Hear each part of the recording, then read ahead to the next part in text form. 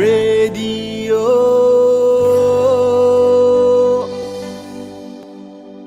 Good evening to you all. You guys are watching and you are listening to Relax Radio. Wherever you are in the world, you can participate in this program by getting in touch with us through the mobile phone, or you can actually write your comments and you can share this video with other people too. And that way you will get to find out what more you can do.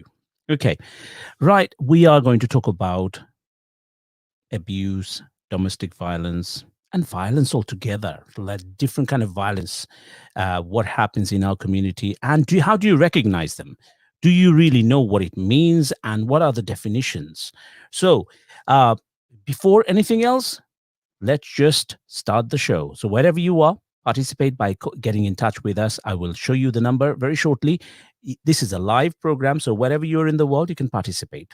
As long as you speak the language, perfectly fine. So, see you shortly.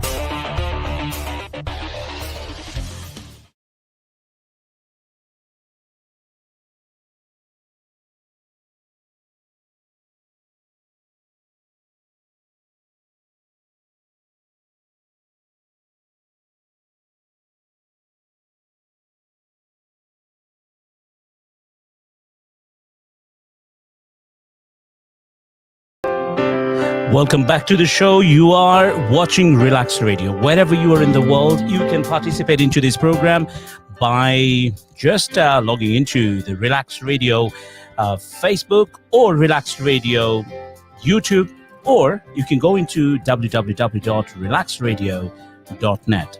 Wherever you're in the world, well, some places it's good morning, somewhere it is good evening, and somewhere it is good night. So, yes, when we say good night, that means it sounds like that everything has ended, but not really. Sometimes people actually work in the night and they start in the night. So how are you today? We are going to talk about the violence. Now, violence has so many different categories. We will talk about that, and to talk about more into that, I'm going to introduce you to Hafsa Noor. And there she is. How are you today, Hafsa? I'm good, thank you. How are you? Alhamdulillah. Alhamdulillah. There is a lot of people who are joining in, and I'm sure they want to know. And they want to know what's happening. And a lot of things are happening within our community. A lot of things are happening around the world, and we will be talking about it. And if there is anyone, including you, I'm not talking about you. You means like whoever is watching, right? I'm talking about you sitting and you're looking at your phone. Yes, you can tell us, have you ever came across or come across domestic violence, or maybe violence or abuse, or how do you actually separate them, and how do you understand whether if that is actually happening to you? How do you recognize that you are a victim of that, and who are the victim of this violence? So let's find out. Hafsa Islam Noor, you had to complete your full name today. But Jaiho, wherever you are, guys, participate. I'm just going to show you the number and you will get to know. So meantime, please carry on. Tell us what you know. Right. I'm going to read a report from Mirror newspaper, and there are a lot of murder cases taking place, and this is very unusual. I wouldn't say unusual, but it happened in Canada, I believe. I was reading the story last night, and I found it quite fascinating because a boy, he was studying degree, but he never studied well, and he didn't get any result because he never studied. He was too busy playing games, and he didn't pass his exam. But let's read the story first, and then we can discuss that. So the headline is Son murdered his whole family to avoid confessing about his double life. M- Mehmet Zaman was considered a golden boy with a bright future by his family. But for years, he had been hiding a secret that eventually turned him into a killer. The parents of Mehmet Zaman loved to brag about their son.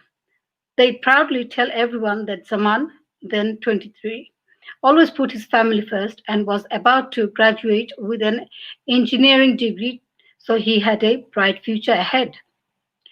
Other parents in their social circles quietly wished their sons were as straight laced and reliable. Dad Moniruz, 59, and mom Mumtaz, 50, couldn't wait to attend his graduation and see him collect the scroll he'd worked so hard for. Zaman lived with his parents, his sister Melissa, 21, and grandmother Firoza Begum, 70, in Markham, Ontario. His parents had originally immigrated from Bangladesh to Canada in search of opportunities. Moniruz established himself at a local taxi business, and when Mumtaz got involved in property rental, her mom, Firoza, also emigrated to Canada to help raise their children. The couple were proud of their roots and made sure their son and daughter were respectful of their Bangladesh heritage. At the core for their teachings was the importance of family and a strong work ethic. Zaman and Melissa had been told from childhood that education and hard work were the foundations of success. By 2019, Melissa was at university and wanted to be a neurosurgeon. Her brother left the house every day to catch the bus and returned with talk of his mechanical engineering studies at York University. Zaman's graduation was going to be on 28 July, and there were discussions about him doing master's degree afterwards. But he had a secret. He'd been living a double life for years and there was going to be no graduation. Zaman hadn't started at York University at all. He had enrolled at a local college, but he quickly failed the classes. And despite being given the chance to repeat them, he still didn't succeed and dropped out in 2015 after a couple of semesters. Only he didn't tell his family. He just left the house every day with with his backpack and laptop and pretended he was going to university in an elaborate lie that continued for years. At the start, someone did head to campus, but he would just find somewhere quiet to play the multiplayer role play video games that he was obsessed with. He made online friends from around the world and disappeared into a virtual life where he wasn't failing. After a while, he started hanging out at the local shopping mall, or he'd go to the gym. His family didn't suspect a thing, and with Zaman's impeccable behavior at home, he raised no suspicions. By the summer of 2019, he knew the time was running he knew time was running out. His parents were excited about attending his graduation, and Zaman knew his secret was about to be exposed. For 3 years, he had harbored a disturbing idea about how to avoid telling his parents, and it was time to put his plan into action. Lying in wait. On 27 July, the day before he was set to graduate, someone's dad was at work. His sister was at her part-time job at a grocery store, and his mom and grand were having a lie down. At the ground, 3 p.m., he killed his mom by hitting her with what was believed to be a crowbar and slitting her throat with a kitchen knife. Then, about an hour later, he did the same to his grandmother. Zaman played video games for hours and took naps as he waited for his sister to come home. When Melissa walked into the door, he hit her over the head and slit her throat too. It would be closer to midnight, an hour later, when his dad got back from work, and someone finished off his despicable spree by bludgeoning him over the head and cutting his throat. Zaman was now in a house with the corpses of his family. Instead of calling 911 or even going on the run, he started to talk to his online gaming friends. "I've just slaughtered my entire family," he wrote, and said that he was likely to spend the rest of his life in prison. At first, they thought he was joking, and this was a twisted way to get attention in the virtual world. But then Zaman sent some pictures of the bodies to a few friends and a selfie of himself holding a bloody knife, and they grew deeply alarmed. With only a gaming username for Zaman and Canada as his location, the online community scrambled to alert authorities.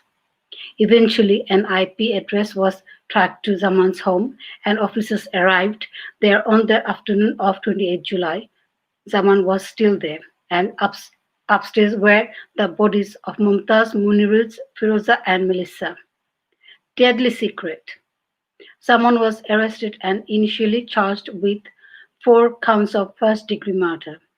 The massacre shook the community, and everyone was in disbelief that the killings had been carried out by Zaman, the golden boy who helped his mom carry the shopping and had so much look forward to. He'd never been a trouble in his entire life. Zaman admitted that he'd killed his family because they were about to find out that he'd lied for years about his education. He didn't want them to discover that he was a failure with a double life, which was something he admitted he'd been dreading. Investigators discovered that he'd texted friends after the killings, saying he'd been planning this for 3 years, and that while he was pathetic coward and subhuman. After killing his whole family, the shaking has stopped.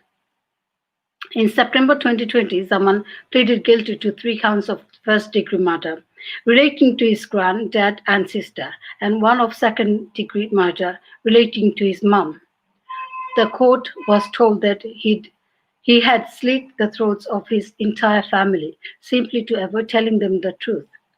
It's possible that if the case had gone to trial, his mother's charge would have been first degree, but the court accepted the plea. 2 months later, Zaman faced sentencing in a virtual COVID restricted courtroom, and he spoke briefly.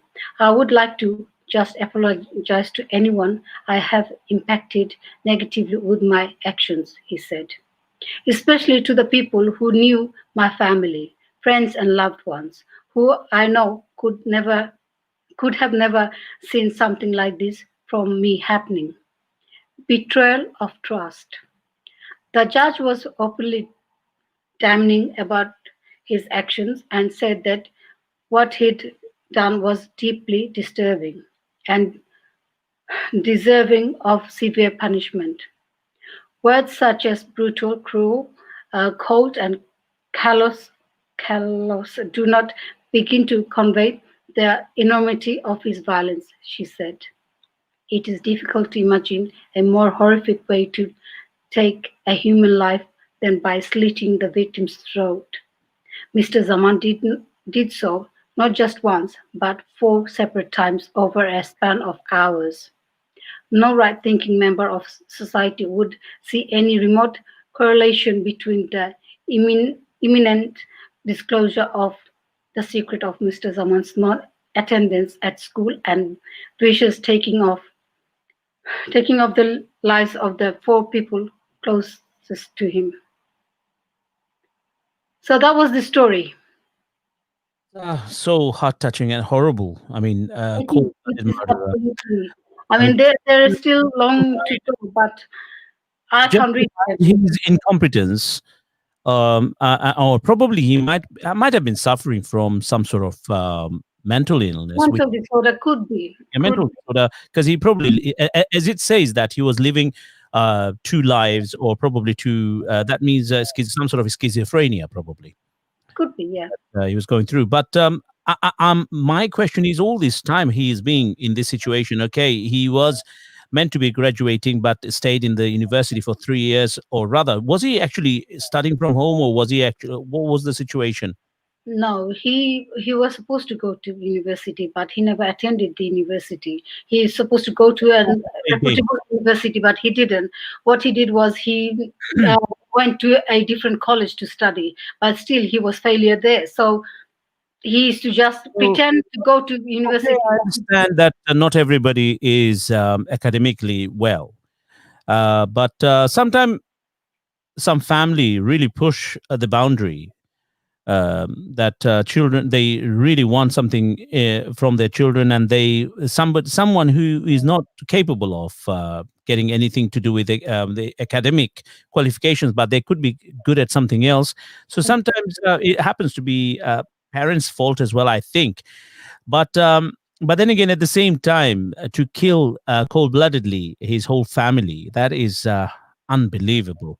So what did he achieve? But then again, when somebody does something like that, it is, what would you say? I mean, of course, it's totally mental issue, I think. And due to the COVID, a lot of people are actually currently suffering a lot of mental problems.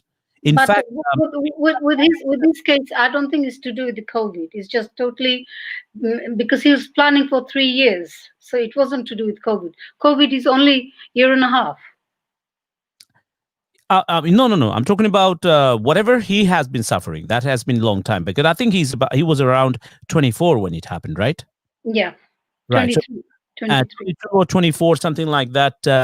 And this Zaman, he has actually he's not, his name is not Morinur Zaman. His name is something else. Minor Zaman. Morinur Zaman, something else, but not exactly Morinur Zaman. But it's happened in Canada. Yeah. Right. So it is available all over the net about him, because this is something unique happened. Hmm. Right. But in these bad thing happens. And now let's talk about currently what I mean, in our community, a lot of things happens as well. Hmm. A lot of things are happening, especially the ones who are translators. They really get to know the stories of our communities, or communities within our boroughs, and or let's say in London, or within, say, Birmingham, Manchester, and all that kind of stuff within UK. Now, if I would say to our listeners out there, do you have a story that you want to tell? I mean, if you don't want to show your face, you don't have to. If you don't want to, if you just want to give us a call, I mean, why people turn violent? Um, I mean, if you got anything to say, I mean, what's your opinion on this? That why do people turn violent? I mean, what could be the reason? I mean, what do you think happens? So you heard what Hafsa was reading, and that is all over the news, of course. But you are always welcome to go and check it out on YouTube or any other source. But yes, this is your opportunity if you want to participate. Now we are in a situation. We are in a COVID situation.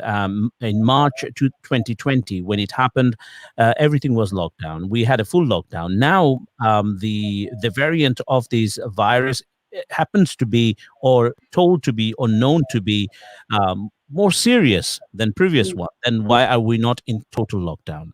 So when you go on the road, you will see the full of cars, but then at the same time, some of this chaos is created by our local authorities.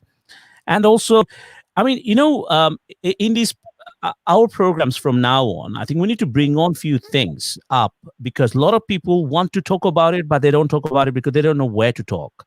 Such as, first of all, the road traffic jam happens due to the negligence of the local authorities. Takes a lot of time trying to get things sorted.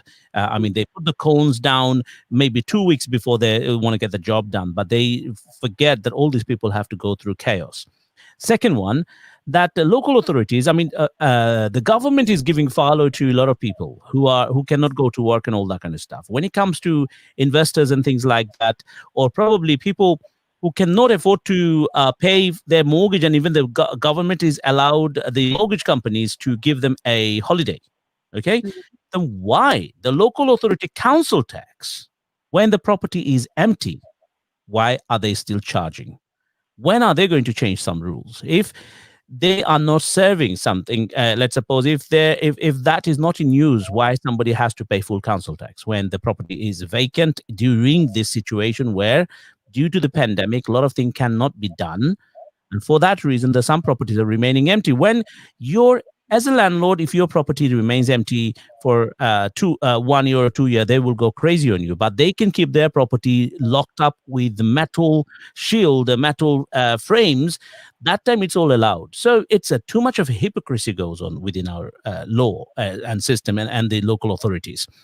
But anyways, going back to the violence part of it, if you have any stories, anything that you would like to share, anything you want to talk about, even if you want to talk about these things that I just said, by all means, you're welcome to call us on 07956 911 197, and you can talk about that. And there are a lot of people in this pandemic taking advantage of the local situation or current situation. Some of them are happens to be some bad tenants as well, who trying to claim money from the landlord, thinking that somehow they will frame them up, because there are bad people. They frame people up Definitely. to really gain money in return, because they kind of like a blackmailer. These kind of blackmailers should be punished and prosecuted properly. Right. Let me just quickly go into some what do you call Comment. it? The comments, or maybe you want to read the comments, please. Okay. So let's go from the top.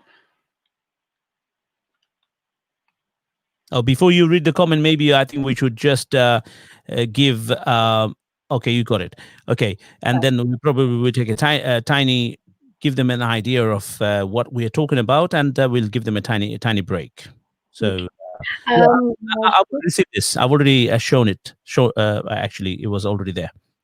So, because I'm actually ahead on the comments at the moment. So, whoever is watching, wherever you are, and if you're watching on a floating way, which means without getting into the show, we'd appreciate that you go into the show, because your participation motivates us and the people who are watching. Make it work. Yeah. So wherever you are, you can participate. This is the number. This number, don't call now, because we won't be able to take call on this one today.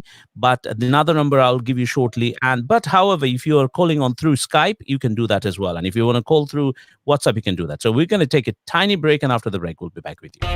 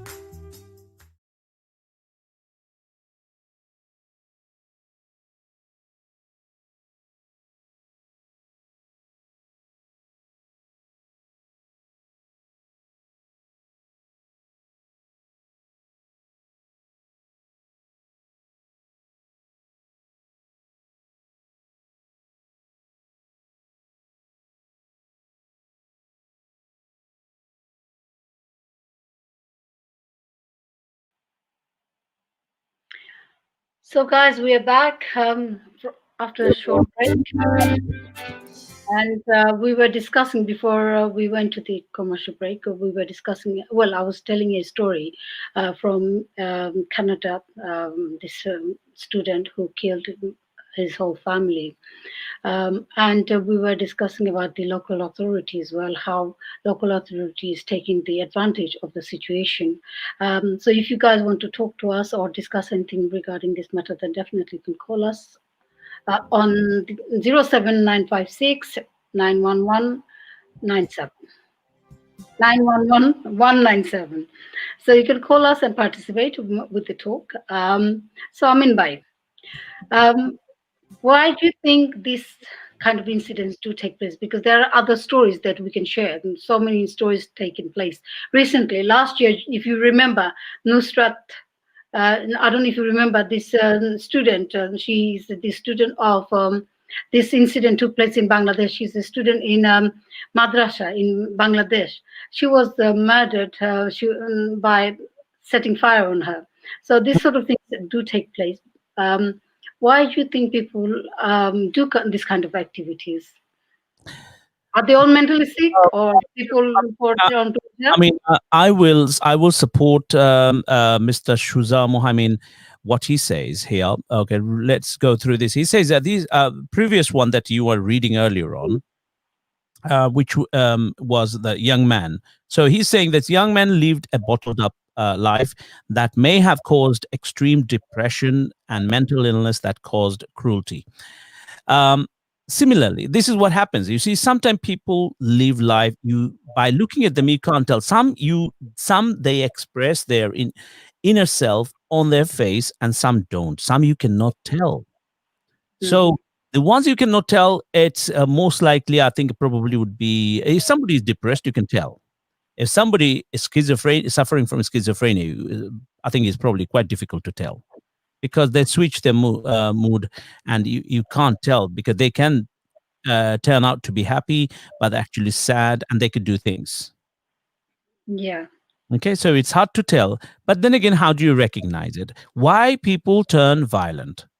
We have listeners out there. Why do you think people turn violent? Have you come across a situation, or maybe in your family, in your um, household, or maybe within your neighborhood, that's something which you'd like to share with us? I mean, you don't have to give people's name. You don't even have to give your true name. We can give you a name ourselves if you want. But if you think, no, yes, you got something to tell, you got a story to tell, by all means, give us a call. I will give you the number one more time again over here so you can get in and you can talk to us and tell us 07956 911 197. You might be in USA at the moment. You might be in Canada. Whoever is in Canada right now and it happened next to you, that incident actually took place near you. You're welcome to give us a call and tell us what happened. Maybe you might know more. You might know more about this kid, or you not allowed to talk about it. But then again, the whole world talks about it. Why are you not allowed to talk about it? Because awareness is very important. Sometimes what we people keep things to themselves and they don't share with friends and family. Sometimes by sharing you can actually reduce some of the problem. But sometimes sharing becomes a problem. But then again, these kind of people, they actually keep everything to themselves and they bottle it up, and eventually, boom, that's what happens. So, what would you say, Hasaba, in this case? In this case, you're right. I mean, Shizabai is right, and a lot of people we don't see how they. You can't by looking at them, you can't tell whether they're depressed and whether they have mental illness. It's true, but at the same time, a certain amount of behavior can tell the difference. But this child was very supportive to their parents. Everybody in the neighborhood thought he's a golden child. So Mm, that is again, unbelievable that someone like himself could do something like that. Um, at the same time, you were saying earlier on that we as a parent um, try to think that our children will do well, and we push them to a certain extent that something that they don't enjoy. yeah. I do remember throughout my interpreting job, I went to uh, this case that this child he enjoys music, Mm, but his mom wants because he's from broken family. So his and the other member of family was pushing him to become academically well, but he hasn't got that kind of knowledge or brain to cope with. So he ended up having depression. He ended up going to mental asylum. That's where I met him with his mother. And his mother was explaining to me that the whole family is trying to push him to go and achieve better education. Yeah. But I have kind of advised to the mother after the session. We were walking together on the street, and I have advised her that why do you want, not advised, but I have questioned her. Why does she want that her son to become a doctor, a lawyer, or an engineer? There are a lot of other things that he might be happy to do, what Yeah. he feels comfortable with, and Yeah. might do very well in his life. He cannot speak properly because he's got delayed speech as well. So because Mm. of that reason, he studying academically is not his thing, but he's more practical. In the asylum, the hospital that I went to, they were saying the same thing. So I was trying to explain to the mother that why do you push him to do that? Let him enjoy the things that he would like to do, and encourage him. So when I spoke to her and made her understand that his capability of doing something that he enjoys, and the whole situation I have explained to her, then at the end she was quite pleased that I have explained to her. She was saying that nobody explained to her that well, but through my explanation, she understood that yes, she's not going to push her son hard to do something that he doesn't enjoy. So this is one of the This is scenarios this is we one have. problem which it's been going on for years and years and hundreds of years because people push their children. They think their children is theirs and they got to do what they want them to do. Exactly. And that is something goes on. It's like and that way they actually this they get these children get tortured mentally. You see, people think violence is only physical. Violence can be violence can be financial. Violence can be uh, uh, Mental, local, mental, emotional. yeah, emotional. A lot of different kind of violences out there. So, of course, when it comes to or they say abuse, I mean, and all that kind of stuff. Um, I think I remember one time you had a guest who happened to be a man in who was suffering in his own house as a he was suffering domestic violence. So, Okay. I mean, and also people think automatically that only women suffer from the domestic violence. There are men also suffer from domestic violences. So, if you happen to be a man or a woman and you'd like to share your story, by all means, but grow up and come and share it because you don't need to be so scared.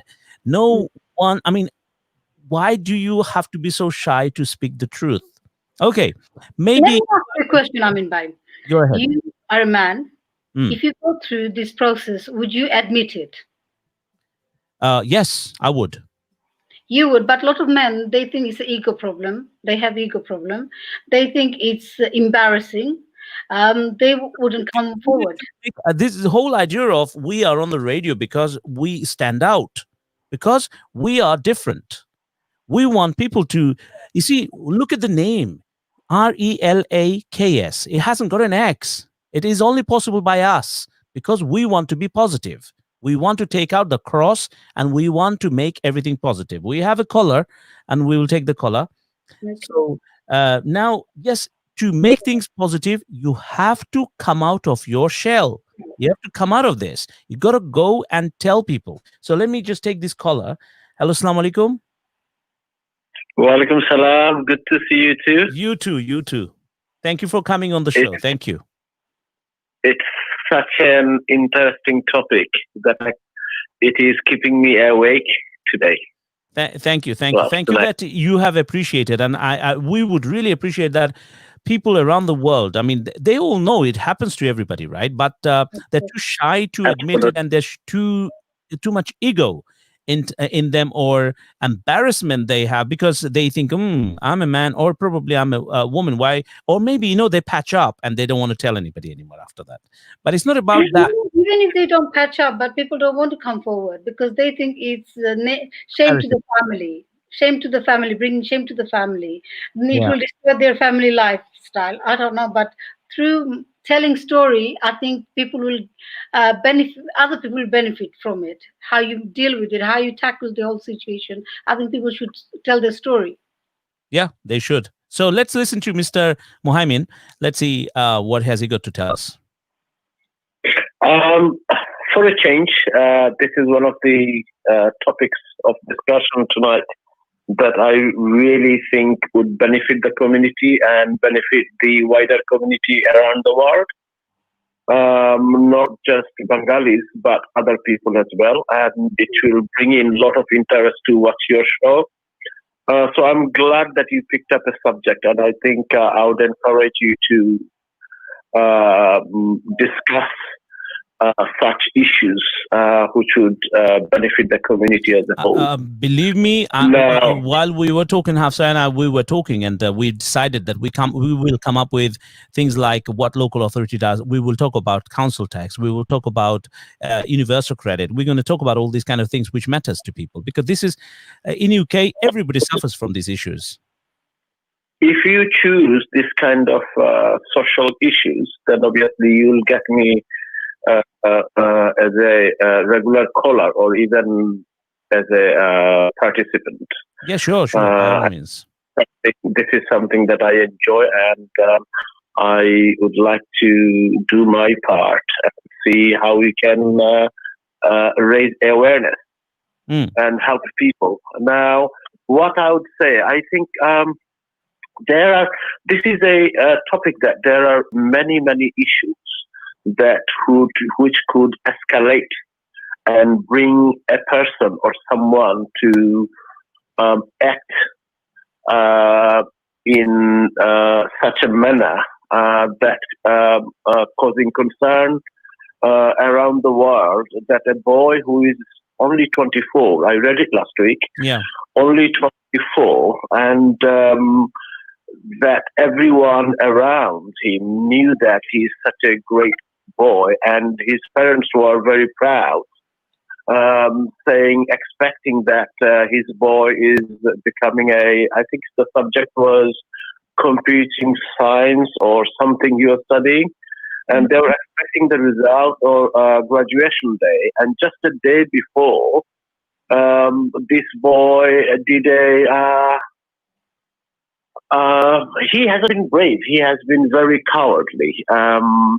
The reason I would say that, and it is important, this particular incident shows that it is important to share not just the good stories, but the bad stories and the reality with children within families.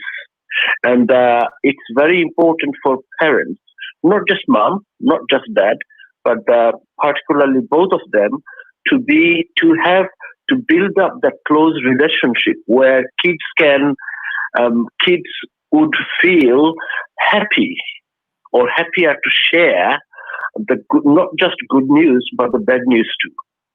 So that they're prepared, so that they don't feel frightened, or they're not encouraged or boosted up so much so that they can only share the good stories or what their parents are expecting. But kids should have a kind of relationship, and it's all down to particularly parents, particularly mom, because mom is always closer to a kid when it comes to emotional attachment. And this shows particularly that this boy definitely didn't feel not happy, but didn't feel quite comfortable enough to share anything with the family. That could be, I suspect, being a tutor in health and social care, I suspect this is very likely to be one of the reasons that boy never felt comfortable in terms of sharing anything bad with the parents. Because we live in a Western culture where both parents are they need to, it's a necessity due to rogue social policies of British government and other European governments that now both parents are having to work in order to pay mortgage, pay even rent. So it's part of the social policy which is inflicting this kind of issues. And it starts from, not from bottom up, but from top to bottom. Like it starts from the government. So if people can, you see, in old days, I'm talking about 30 years ago, 40 years ago, when I first came to UK, when one parent was working, they comfortably managed to pay rent, go to a restaurant once a week. Affordability was easier. Now, both parents are having to work, leaving the kids to do a lot of things by themselves. We expect too much from kids to do, and we don't like to listen to their complaints. We only like to hear good stories. And these are part of the parental culture that are derailing kids from being comfortable or being able to share things within the close family or parents rather than outside friends. So they've been busy looking for friends outside or online friends, gaming and all that. And gaming is one of the things that excess of anything is very... The way you see how the government works. I mean, they talk about controlling knife crime, this crime, that crime. The games that are out there played on this, the game consoles, very well known, two of the devices. Unbelievable what they have. I mean, they teach you violence. It makes it so amusing for them to really go and kill, shoot, knife somebody. I mean, why don't they ban it? They wouldn't, would they? Even the cartoons, even the cartoons you see, there's violence. Sorry, you were saying. Sorry, tell me again. This is, you see, in a capitalist world, these are the others. This is the worst thing of capitalism, because when it comes to business, they compromise on moral issues. Like in so many video games, because they then count human as just numbers. They don't give a damn whether that you are a soul. Well, the COVID death, if you look at the COVID death example, which you can discuss in future, that the hospital knew that a patient is infected with COVID. Yeah. Knowingly, they failed to inform the care homes. Yeah. So they shifted the patient at the beginning towards March, April, I'm talking about. They shifted Thousands the patient, COVID-infected patient, into care homes, not taking proper precautions, not advising them in advance what to do, what not to do. And that has infected everyone else. Think about it. Else. So somebody went into the care home, like they got the infected person into the care home. The care home is connected to them children, so they bring it out. Yeah. Well, that's not so much with care homes, because there are some restrictions which started from end of March. But what I'm saying, when a company, private company, they fail to take or fail to follow the procedure, they are reprimanded so strongly. But when the government makes silly mistakes like these, that no ministers not even a sorry from them. Well, sorry isn't enough. You will hear, like particularly from any government, I'm not just saying conservative, but any government, whereas conservative has so many failures over the last 9 months. Everybody knows it's an open secret. But what I'm saying, ministers have thicker skin now. When there were problems such as these, minister would have resigned. But during the last 9 months or 10 months now, that since the COVID started, the government has made so many mistakes, silly mistakes. We could have avoided thousands of deaths just by being proactive. But the government is not doing it. As soon as something gets better, they open up something stupid. Like something like when the things were getting a little bit better, everything was going down, the COVID was going down, they opened up, what do you call it? Eat out to help out. Yep. Well, look, put it this way. If the minister knows that he could do anything, and he won't be sacked. Then these are being repeated again and again. We have said. Yeah. Now you see, I think ministers don't think it's a job. They think it's their business because they think they own the it's a business. privilege. So who's going to take them No, out? no. If I may correct you, it is a privilege. They think, you see, the moment they become ministers, they think it's a privilege. Ministers used to resign. I'm talking about last 40 years. When we all have job description, yeah? Hmm. We all have job description in our job. What happens if we make a gross misconduct? We are sacked instantly, within minutes. Not even hours. Within minutes, you are sacked. Yeah. Now, the same system should follow for the ministers as well, the key ministers. True. They're the head of a department which controls particularly public health. Yeah. Now, they made so many ridiculous mistakes that shameless those ministers haven't resigned. They don't have Let me any. give you an looks like example. they have no ethics themselves. Well, ethic would be a dream now. Forget about ethics. Let's talk about if whoever minister was in charge at that time towards March, April, if they fail to follow the instruction or issue instruction to care homes and hospitals, a procedure that, okay, before you discharge somebody with COVID XYZ, you must do XYZ. They haven't done that. So why that minister didn't resign? Yeah, true. You're right. And now then They you don't talk care about, much, do they? then you look at PPE, personal protective equipment. Okay, because they contracted out to stupid companies, excuse my French. Meaning they're their friends and family. Okay, and overall, you know, they call it like coverall gown in the hospital. Yeah. It cost maximum 25 to 55 pounds. But do you know what happened? Yeah. The government have contracted out this contract. I think it's 342 million or something. I cannot quite remember. And guess what? They only supplied 342 million pieces.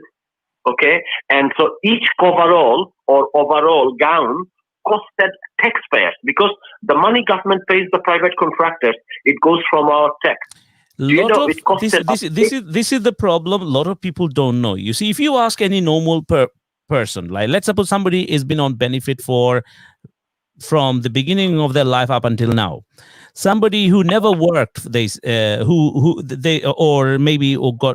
on benefit all the time. If you ask them, if you ask anybody on the street, do you pay tax? A lot of people think, whoever works, they think they pay tax. Whoever don't work, they say, no, I don't pay tax. Because people don't even know that we all pay tax. There are two types of taxes are there, direct and indirect. Every time you buy something, you pay You're paying tax. So all this money is actually our money. 20% VAT we pay. That is a lot of money. And that money gets wasted by the government. Then the government need to answer. You see, mass education is very important. You see, when I say education, it's not academic education. Okay, general education is very important for a developed country or a country to prosper socially. Yeah. You see, right, New Zealand has controlled COVID very, very well. Yeah, and so many other countries within Europe. But in Britain, the government talked about herd immunity, and it's a hidden agenda, and they're still going for that. Like Rishi Sunak, when he introduced Eat Out to Help Out, that has infected hundreds of thousands of people. It's true. Yeah. You see, when the government puts money before people, then this is what happens. Yeah. Then this is what happened. Now, going back to it, you know, each coverall gown costed us £842 each. So the private contractor making on one bodysuit £800 profit. Yeah, and that if you look into it, you will find that it's one of their friends or family somewhere somehow Go. I mean, it's No, you don't dirty. have to. It's dirty. You don't have to look. You don't have to look. Some good journalists. There are some good journalists. Yeah. Um, though most of them are politicians or support a political party, which I believe is wrong. There should be impartial reporting, but there are some good reporters who brought this under the limelight. What this government is doing, and this government is nothing short of a corrupt, very very corrupt government now, and they are outsourcing. Outsourcing is another word for privatization. You see, Yeah. so when they say outsourcing, general public don't understand. So they have created a word. Outsourcing Yeah. means Exactly. you are contracting out, They use and they've been jargons. contracting out to their families and friends, to those people particularly who have contributed hundreds of thousands of pounds in conservative dinner party, and they were getting contracts. Even one of the PPE contract been given to a company which is only 21 days old. Can you imagine?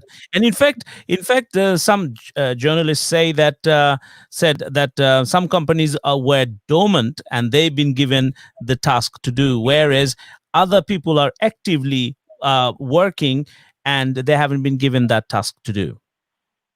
Absolutely, So, and absolutely. they don't So amplify, social, but they do not amplify this on mainstream radios or TV, because nobody. I mean, they don't want. It's all controlled by one kind of people. It's true. absolutely, absolutely. It is controlled by the 2% capitalists, the top 2% capitalists. Yeah. They're controlling everything, even the politics. Politics was, you see, 30, 40 years ago, politics was something that never, I never got into politics because I always knew that you got to politely lie. To me, my definition of politics is politely lie so that no one gets upset and you say things that which is politically fit. Yeah. Another word, Yeah, same. that you, For the same reason, I couldn't get into, because there were a time where they wanted me to become a counselor or something like that. I said no. I thought it was the wrong thing to do, because I can't cheat the people. I can't be bad to these people because it will hurt. And at the end good of the job you have day, done that. Because if you get involved in politics, there will be reporter behind you. What you've been up to, what have you done wrong? You cannot have a peaceful life. mm, So back in '87, when I was working for a housing association or local authority, without going into too much details about my personal life, back in early '80s, I was requested many times to become councillor our hundred. But I didn't want to do that because I always played a low key. I just wanted to help people because at that time, early '80s or late '80s, people in Tower Hamlets particularly, there were so many homeless people. So I wanted to help those people, which I had been which I have done over the last 22 years. But without being derailed, yeah. I think, quite frankly, the topic that you are discussing tonight, it's of interest, great interest to me. I'm And going to quickly let you know that you're going to be very interested. That we're going to have topics, as I already told you, that we will talk about local authority issues. We will talk about the injustice the law has. I mean, unfairly how they treat people, and that all these people in this country, they just follow like penguins. Whereas people need to wake up, people need to do the right thing. And another thing, interesting one, I think a new topic would be, if marriage was created in heaven, then why do couples fight? We're gonna talk. I'm gonna have. But we're not talking about I this would today. leave that We're to not you. talking about this Anything today. to do with We're gonna anything to do with.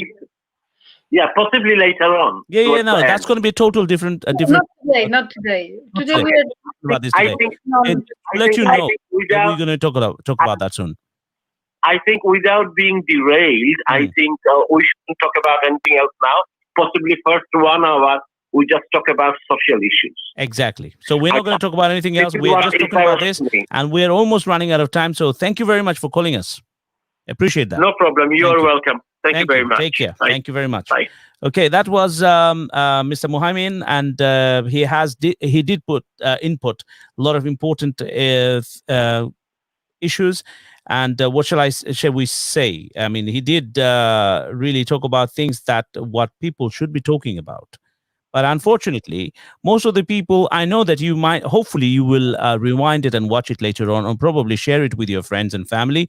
But at the same time, think about it. It's not about winning, it's about participating. So wherever you are, I mean, well, if you are not on the screen, don't worry about it. As long as your voice is here, then at least you know in the good things you were there. So, for example, when somebody donates £1 million into some good cause, a charity, and things like that, and you put your pound in it, you actually get the same kind of reward because at the end of the day, your pound also worked. Okay, so by participating into the show, at least you can say that yes, I was there, and that's important. So going back to Hafsapa, I think we are running out of time, and we got only 5 minutes left. So, we, like Amin said, we will be bringing a lot of social issues, and we'll be discussing about a lot of social issues. If you have any problem with your local council, or you're facing any issues Yeah, around, we need to know. we need to know exactly. We need to know, and we can. You can come in, join us, and discuss about your issues. So by discussing, you're allowing other people to know and how they can go on about it. How, and you can support them through us, through Relax Radio. So I And mean, you can actually send your any questions that you would like us to really talk about, or any topics that you would like us to talk about. You can see the email address there. You can always write to this one. Also, you can text your let's say desired topics, and you can send it to us by WhatsApp, or you can actually text us just like any other normal text messages that you would send. And then we will bring this up, and we will work on it, and we will actually open it up and show it to the world. So, and meantime, if you want to participate, this is the number 07956 911 197. And from now on, we will be coming with new topics every time. And in fact, don't worry that you did not participate, or let's suppose we did not cover everything on today's program, but that doesn't mean this is the end of it. We can always repeat our program, but in live way, rather than repeat, meaning that we're going to play the pre-recorded one. No. Sorry, carry on. and what shall we say to our audience? What subject will be, well, what topic we'll be discussing next time? One of them is that if marriage was created in heaven, then why do couples fight? And then if Good. if the marriage was created in heaven, then the next question would be that the people who don't get married and they live together, are they classed as married? Are there coupleship created in heaven? Okay, we'll talk about that. That'll be interesting. Or Actually, we'll they could be soulmate. You never know. soulmate. Soulmate. What What do is people soulmate? now? What is soulmate? A lot of people don't know what even soulmate is. They say it's a soulmate, right? But they don't even know what is a soulmate. But So we we will can find discuss out. that next time.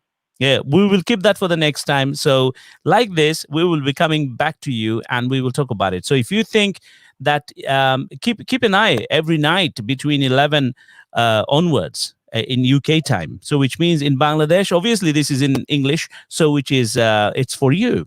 Yeah, if you speak English, if you understand English, it's like there is a saying: if you talk English, if you walk English, if you eat English, whatever you want. Well, this is the program that you need to come into and talk about it. And of course, what other topics we're going to talk about? We're going to talk about the local issues, right? Local issues, and maybe as Mr. Mohamian, he's expert on housing issues, so we might be bringing him on board live, and he can discuss. We can discuss it with him. Yeah, And if and they what have any question, if people are homeless, housing issues, they can ask him questions. and we like to hear your story. I mean, if you have been homeless and you suffered, or probably you benefited, We would like to know both sides. We want to know the positive and we like to know the negative. So if you think that you got something to tell, by all means, you're welcome to do so. And we will be, uh, I mean, we are here to amplify your voice.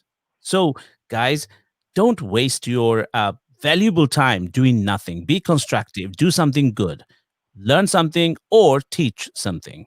Yeah, if you think you already know everything, then come on board and teach. If you think no, you got so much to learn, then learn, but participate, because winning is not important. Important is being there at the time when you're meant to be.